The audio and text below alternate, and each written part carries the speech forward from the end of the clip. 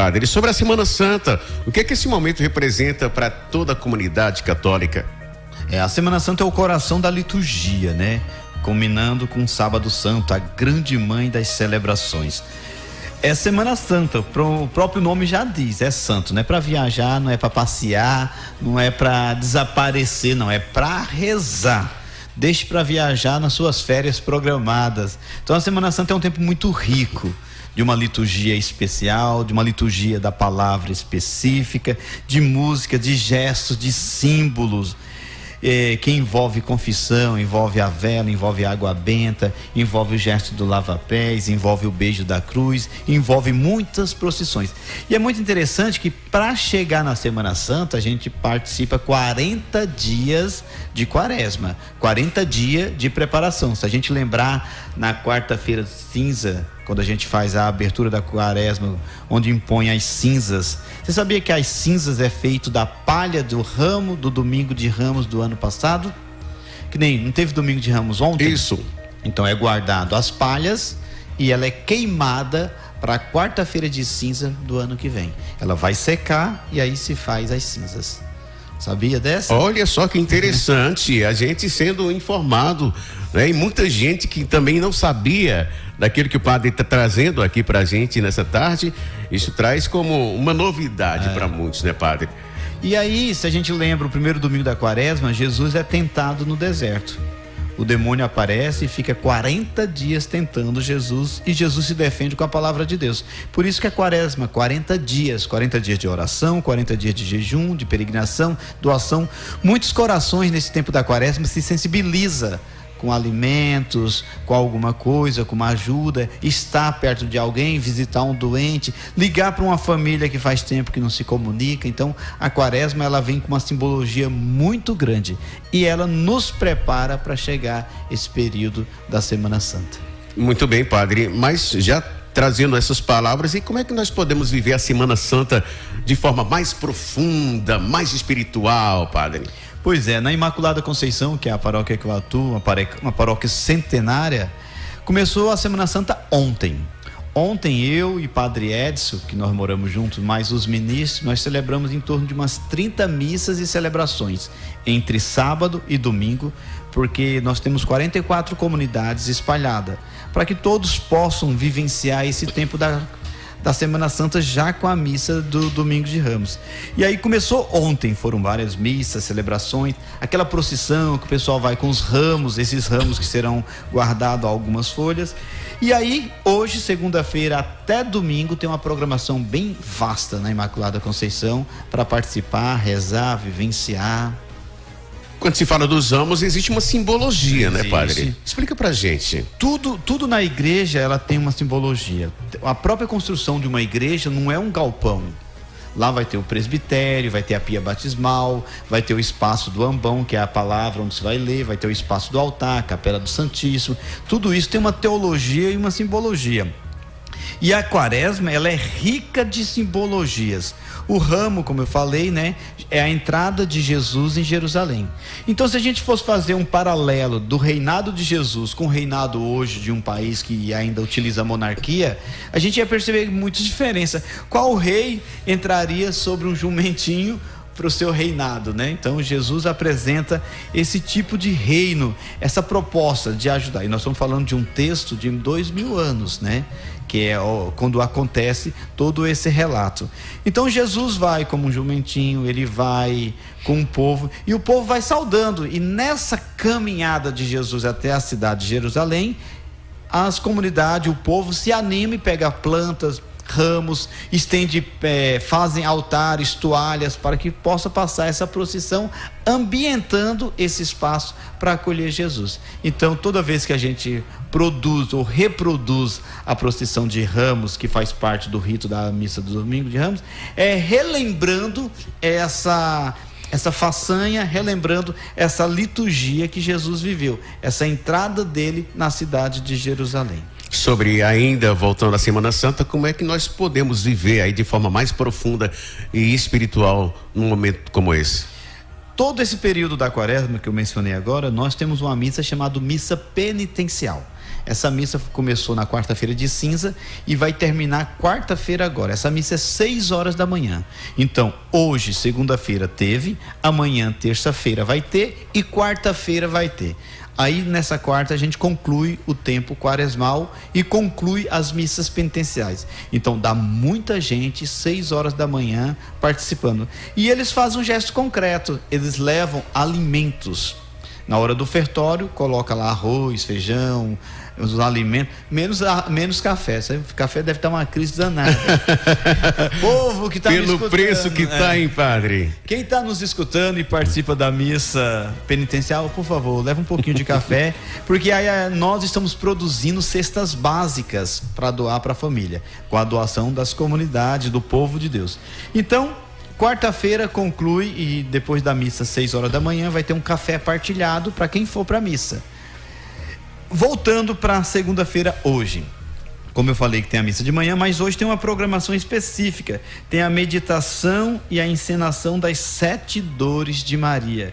Então tem uma reflexão, tem uma simbologia hoje à noite às 19h30, iniciando essa semana ou dando continuidade a essa semana. Então a meditação das 7 dores de Maria é aquela devoção, não sei se vocês já viram a imagem de Nossa Senhora das Dores, a padroeira do Juazeiro. Então é uma que tem umas espadas no coração. É uma imagem muito dolorosa. Eu não vou recordar de cor aqui quais são os 7 fragmentos, os 7 versículos que compõem essas 7 dores de Nossa Senhora.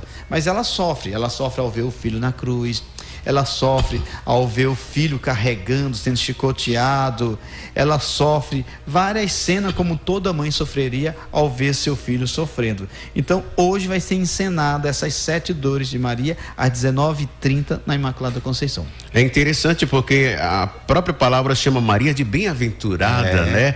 Onde alguns estudiosos dizem que mais do que feliz. Isso. Mas quando você vai ver a história repassada pela própria mãe, enxergar tudo aquilo que aconteceu com o filho, fica até meio que duro, né? Pra gente recordar, relembrar. Se coloque agora no lugar de Maria. É verdade. A mãe de Jesus. Na Bíblia, nos 4 evangelhos, Mateus, Marcos, Lucas, que são os evangelhos sinóticos, são evangelhos semelhantes o relato.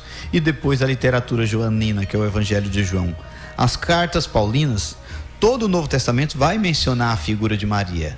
Não vai ter textos longos sobre a história de Maria, mas ela é bem mencionada na Bíblia. E se a gente for pegar o Magnífica, Doravante, toda geração me chamarão de bem-aventurada, é o que o senhor citou. Então, quem é Maria na Bíblia? Ela é a bem-aventurada. Se a gente for pegar do grego, bem-aventurado, vai vir feliz, felicidade. Quem é? Feliz ela que segue. Então, quando a gente escuta que Maria não tem importância, ou quando escutamos que cadê Maria na Bíblia, é só uma questão de saber ler e olhar lá.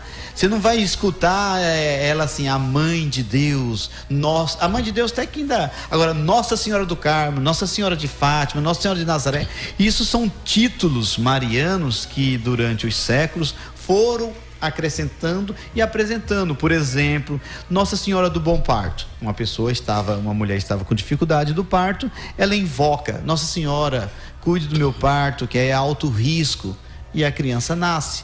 Então, a fé da pessoa, o corpo da pessoa e a devoção com Nossa Senhora produz esses milagres na vida. É por isso que Maria, na Bíblia, como é citada, é intitulada como mais do que feliz, né? Não é simplesmente feliz. Padre, há atividades especiais aí para crianças ou para jovens durante a Semana Santa? As crianças, elas têm um espaço muito grande na Imaculada. Quem já foi para a missa tem uns pãezinhos. Eu não sei de onde sai tanta criança na hora de receber esses pãezinhos.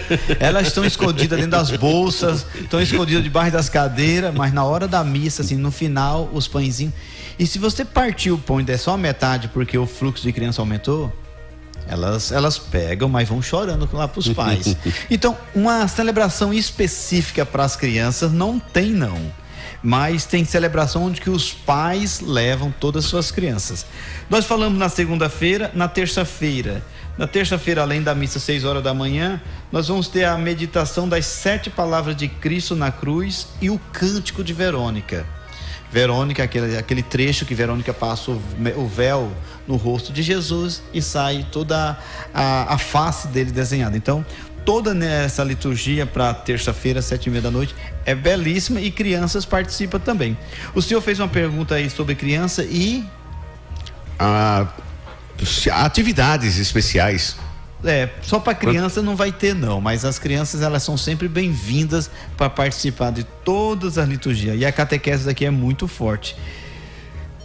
Eu continuo apresentando a programação e o senhor vai falando aí se tiver mais questionamentos. Não, continue, por gentileza, porque até nós perguntamos, além das crianças, os jovens também, né? Jovem, sim. O jovem tem todas essas encenações, a da segunda-feira que eu falei, a de terça-feira, a via sacra que vai acontecer na quinta-feira ou já na sexta-feira de madrugada, é toda dramatizada e conduzida pela juventude.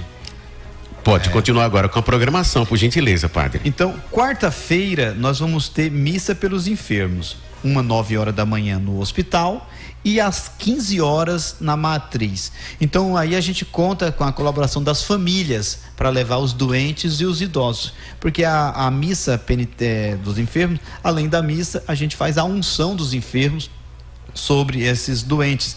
E é interessante que terça-feira tem uma missa chamada Missa do Crisma, ou Missa do Santo Óleo. Essa missa acontece na sede onde está a diocese, no caso Salgueiro. Então todos os padres vão para lá na terça-feira e o bispo vai abençoar o óleo dos doentes, o óleo do batismo e vai consagrar o óleo do crisma. Então, quando for quarta-feira, a gente já vai estar usando o óleo novo. Esse óleo dura 1 ano, que é o tempo que a gente vai usando. Quando for o ano que vem, na Semana Santa, novamente o bispo faz a missa. E esse óleo que sobra, ele é queimado. Então a gente tem que colocar no recipiente, devolver ele para esse recipiente e colocar um fogo nele para ele dissolver. Não pode ser jogado no chão, não pode ser jogado numa pia, ele tem que ser queimado, porque a gente vai receber o óleo novo. Nesse caso, o que o óleo representa? O óleo, ele é usado em vários ritos na missa. Por exemplo, uma ordenação do padre. Se a gente lembrar lá no Antigo Testamento, os reis, eles eram ungidos pelo óleo, né? O óleo que vem da oliveira, que vem esse símbolo. Então, o padre, quando é ordenado padre, passa-se o óleo na mão, muito óleo, ao ponto de amarrar com um pano e levar para os pais, para o pai desatar e abençoar, limpar, secar um pouco esse óleo. A criança, quando é batizada, a criança que recebe o sacramento do batismo, ela é introduzida como primeiro cristão dentro da igreja. Então, ela recebe o óleo no peito e na testa. Uma pessoa que está doente no hospital e o padre vai visitar, como essa missa dos enfermos, eles vão receber o óleo na testa e na mão. Vai ser ungido, né, com esse óleo, como um bálsamo, como um remédio para animar, sarar nesse momento de dor. Então o rito do óleo é muito usado nas liturgias. E o bispo, quando é ordenado bispo, o óleo vai para a cabeça. Então quem ordena o bispo é outro bispo, então unge, coloca o óleo na cabeça dele e amarra com um pano até dar o óleo ser absorvido no pano e receber as bênçãos. De acordo com alguns estudiosos, toda essa prática que o padre trouxe agora pra gente, isso representa, segundo alguns, é unção, né? A unção, próprio Deus. Né?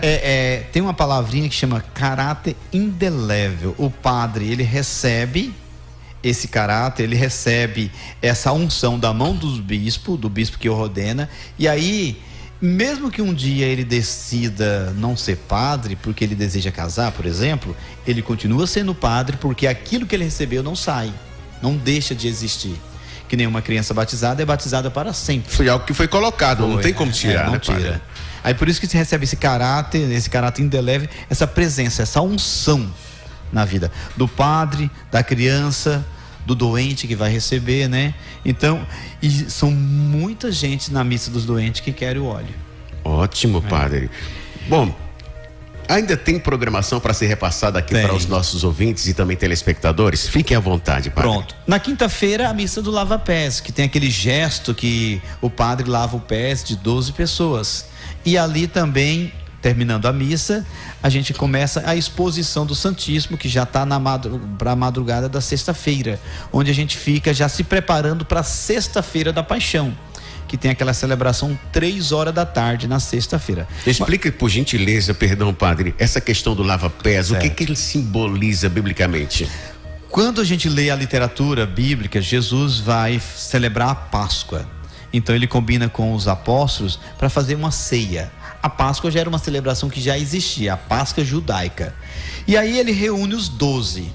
E lá ele faz a instituição da Eucaristia. A partir daquele momento que Jesus reúne os 12, pega o pão, abençoa o pão, pega o vinho, abençoa o vinho e partilha numa ceia, ele faz a instituição da Eucaristia. Então, a partir daquele relato, começa o primeiro cenário de uma igreja cristã, onde Jesus partilha o pão e o vinho. É o que a gente faz na missa, a gente consagra o pão e o vinho e é partilhado para a Assembleia. E ali Jesus cria um gesto de serviço, um gesto de... Lembra quando eu falei do rei? Sim. O rei que no caso Jesus é um rei que serve. Eu não vim aqui para ser servido, eu vim aqui para servir. Ele cria o gesto do serviço, da humildade. Aí ele lava os pés dos 12 discípulos. Lembrando que Jesus está sabendo ali que a hora dele está chegando. Ele vai morrer, porque segundo as escrituras, segundo a tradição, depois Jesus partiria. Então, ele prepara o grupo dos 12, para que esses 12 dê continuidade ao serviço dele, também no âmbito da humildade, servir os necessitados, servir os doentes. E naquela época tinha muito, por exemplo, a viúva tinha que ser acolhida, porque nós estamos numa sociedade patriarcal e uma mulher sem um homem poderia sofrer muito. Então, esses discípulos ajudariam as viúvas, ajudariam os órfãos, os estrangeiros, que era uma realidade latente daquela época, né? Hoje continua essa realidade, mas o leque é muito mais amplo. Então, Jesus lava os 12 pés desses discípulos como serviço. Símbolo, gesto, e a gente mantém esse serviço até hoje na missa da quinta-feira. Então a gente fala missa da ceia do Senhor e lava pés. A instituição da Eucaristia nasce naquele exato momento. E aí, esse ano eu vou lavar os pés de 12 profissionais da área da saúde. Terminando a missa, a gente vai expor o Santíssimo, que vai ficar em adoração na sexta-feira até meia-noite, da quinta para sexta. E na meia-noite a gente vai fazer a Via Sacra, da quinta para sexta. A Via Sacra com a juventude, nós vamos sair da igreja matriz e vai até uma comunidade chamada Vila Batista, que é atrás do estádio de futebol. As 15 estações, os 15 momentos de Jesus antes da morte. As quedas, a coroa de espinho, as chicotadas, a cruz que ele recebe, a cruz que ele cai, a cruz, o momento que Verônica enxuga o rosto de Jesus. Então, a gente vai vivenciar a via dolorosa. Via significa caminho. Então, nós vamos caminhar representando, simbolizando esse trajeto que Jesus passou. Então, quem vai em Jerusalém tem lá as marcações dos 15 pontos onde Jesus teve a Via Sacra. Ou seja, é algo que jamais caia no esquecimento por aquilo que foi feito pelo próprio Filho de Deus, né, Padre? Isso. E no período da Quaresma, todas as comunidades fazem nas sextas-feiras a Via Sacra na sua comunidade, na sua rua, representando esse caminho doloroso para não esquecer. O que é uma liturgia? É uma memória. Em memória de Cristo, né? Então eu faço relembrando há mais de 2000 anos, relembrando esse gesto. Podemos dizer que muita coisa passa, mas Cristo está aí sempre atuante, a nossa fé vivenciando. Pronto, terminou a quinta-feira, tivemos a adoração, a Via Sacra, aí chega amanhã de sexta-feira, nós estamos na sexta-feira da Paixão, e aí 3 horas da tarde tem esse momento, que é o momento que Jesus morre, é o momento que ele está na cruz, que aí a gente celebra a sexta-feira da Paixão.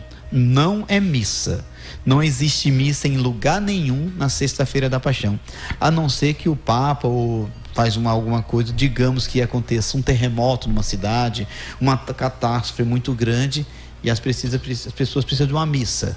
Aí o bispo, o Papa, né, poderia dar essa normativa. Isso já aconteceu em Roma, teve um terremoto numa época dessa. E aí a gente chega nessa Sexta-feira Santa. Sexta-feira Santa também símbolo, né? Aí tem o beijo da cruz, tem a oração que se faz são 10 preces, e a Eucaristia e a palavra. Não é missa, é uma celebração muito silenciosa, um dos textos são dolorosos, vai relatar a morte de Cristo. E terminando a celebração, em alguns lugares tem uma tradição de uma procissão com o Senhor morto. É Jesus dentro de um caixão e passa pelas ruas da cidade, da comunidade, fazendo esse cortejo. Jesus morreu, vamos tirar ele da cruz, vamos levar ele para o túmulo e sepultá-lo. Que a tradição nos coloca que depois de 3 dias, o relato bíblico, e ele tem que ressuscitar, porque se ele não ressuscita, a minha fé é morta, porque eu vivenciei todo esse trajeto. E é interessante que a Semana Santa, a quinta, a sexta e o sábado, são 3 dias, mas é uma liturgia. Quem participa vai perceber que na quinta-feira santa, o padre faz o sinal da cruz, dando a introdução na missa. A missa da quinta-feira não tem conclusão. Na sexta-feira ela não tem uma abertura e nenhuma conclusão, e ela só vai concluir no sábado. São 3 ritos, mais uma liturgia. Eu não posso participar só da quinta-feira, eu tenho que participar dos 3 dias. É claro, nós estamos falando de pessoas que não têm um problema de saúde, um idoso, né? Então, são momentos ricos de fé e de espiritualidade. E me abastece. A pessoa que já está angustiada, já vem com o sofrimento da morte de alguém, a dor do problema matrimonial. Então a igreja vem com essa necessidade desse remédio para abastecer, para dar força. O que é oração? É orar e ação. É orar e ter atitude para eu sair daquele estado doloroso e ganhar força e vontade para continuar a vida. É para isso que serve para todos nós, né? Ter um local específico para que nós possamos ouvir a palavra de Deus, que é literalmente o remédio da alma, como muitos falam, né? A cura que você precisa nesse exato momento. Então você não pode perder essa programação trazida aqui pelo padre, que com certeza você também tem a oportunidade de chamar outras pessoas, porque cabe, né, padre? Cabe sim, por mais que você diga, mas vai ter muita gente. Então, quanto mais pessoas ouvindo a palavra de Deus, melhor. E você é o convidado especial. É isso mesmo. E tem uma procissão que eu esqueci aqui de falar, que chama procissão do encontro. Existe uma imagem chamada Jesus dos Passos, é Jesus carregando a cruz. E aí volta aquela imagem de Nossa Senhora das Dores. Então tem lugares que faz assim, as mulheres vêm com Nossa Senhora e os homens vêm com Jesus. E eles se encontram na matriz. No caso, as mulheres, elas vão sair lá daquela praça no início da cidade, que tem o nome Araripina. Sim. Isso vai ser por volta das 18 horas. E os homens vão sair lá do bairro Aplauso com a imagem de Nosso Senhor, Bom dos Passos. É interessante ver aquele monte de homens rezando, que a gente sempre vai ver mulher rezando, né? É isso. A mulher que reza, mas geralmente ela reza pelos maridos, sabe? Mas vai ter esse encontro. Os homens... Outras também... por um marido, né, padre? Ô padre, reza para arranjar um esposo, né? Verdade. Tem. E tem relatos bem interessantes assim. Tem relato, por exemplo, quando a gente fala da fé. Tem uma mãe que ela é deficiente e ela é casada, um casamento muito bonito, uma família muito bonita, e ela tem uma deficiência nas mãos. E ela ficou grávida, ia nascer. E o relato dos médicos é que essa criança ia nascer com a mesma deficiência. Aí um certo dia nós, na adoração, nesse sítio, né? Não vou dar tanta informação para o pessoal não criar especulação. Nós paramos na frente dessa mulher, estava lá, grávida, chegamos com a hóstia, passamos. E ela sabia que esse bebê ia nascer com essa deficiência, já tinha os laudos, tudo. E assim, ela pediu tudo que ela podia fazer, pedir, alcançar nesse dia. Aí o bebê nasceu sem nenhum problema. Tinha nenhuma sequela. E os médicos sem saber explicar. Nós estamos no âmbito da fé, não no âmbito da razão. Isso. Né? Mas fé e razão se comunicam, elas andam juntas, né? E foi luta dos grandes santos da era patrística, da época de ouro da igreja, do século I até o século VI, por exemplo. Santo Agostinho, Santo Irineu, Santo Ambrósio, para lutar sobre essas coisas, defender a fé, mas unir. Grandes universidades, quem trouxe foi a Igreja Católica, né? As PUCs, as grandes faculdades da Europa, né? Então, fé e razão se comunicam. E aí a gente chegou na sexta, no sábado tem a grande missa, a vigília pascal, onde a gente acende aquela grande vela chamada Sírio Pascal, a missa às 19h30. Domingo de Páscoa, onde muitas crianças vão ganhar os ovos de Páscoa, né? Tem a missa 9h da manhã e às 19h30. Mas muito obrigado pelo espaço de estar aqui, né? Estava conversando ali com o proprietário, né? José Carlos, ele tem bastante projetos para a igreja. Eu venho da área de comunicação, eu também gosto de novidades. Não tem quem diga, padre. Mal conversa, igual nós aqui, né? Quem ama comunicação, ama demais falar. Inclusive, nós nascemos para isso. Eu tenho um programa na Arari. Todo domingo de manhã, 6h, eu tenho um programa na Arari. Lá em Salgueiro, quando eu morava, eu administrava a Rádio Asa Branca, que é a rádio da Diocese. Lá em São Paulo a gente tinha um sistema de comunicação, que é o sistema da editora Paulo. Tá na veia, padre, então. Comunicação. Tá, mas hoje não dá para produzir muito não, viu? Não dá para produzir porque a paróquia ela toma muito espaço e tem que tomar mesmo, né? Tudo isso que nós comunicamos aqui está nas redes sociais. Se sintam bem-vindos a divulgar, a participar. E se precisar da paróquia, da igreja para ajudar, estamos juntos, tá? Obrigado, padre. Muito obrigado pela sua participação aqui dentro do Jornal da Grande. Como disse, repito, as portas aqui da Rádio Grande Serra estão abertas para a comunidade católica, para que ela possa também trazer a sua mensagem aqui diante dos nossos microfones. Muito obrigado, Márcio. Muito obrigado aos ouvintes dessa importante emissora, desse sistema, né?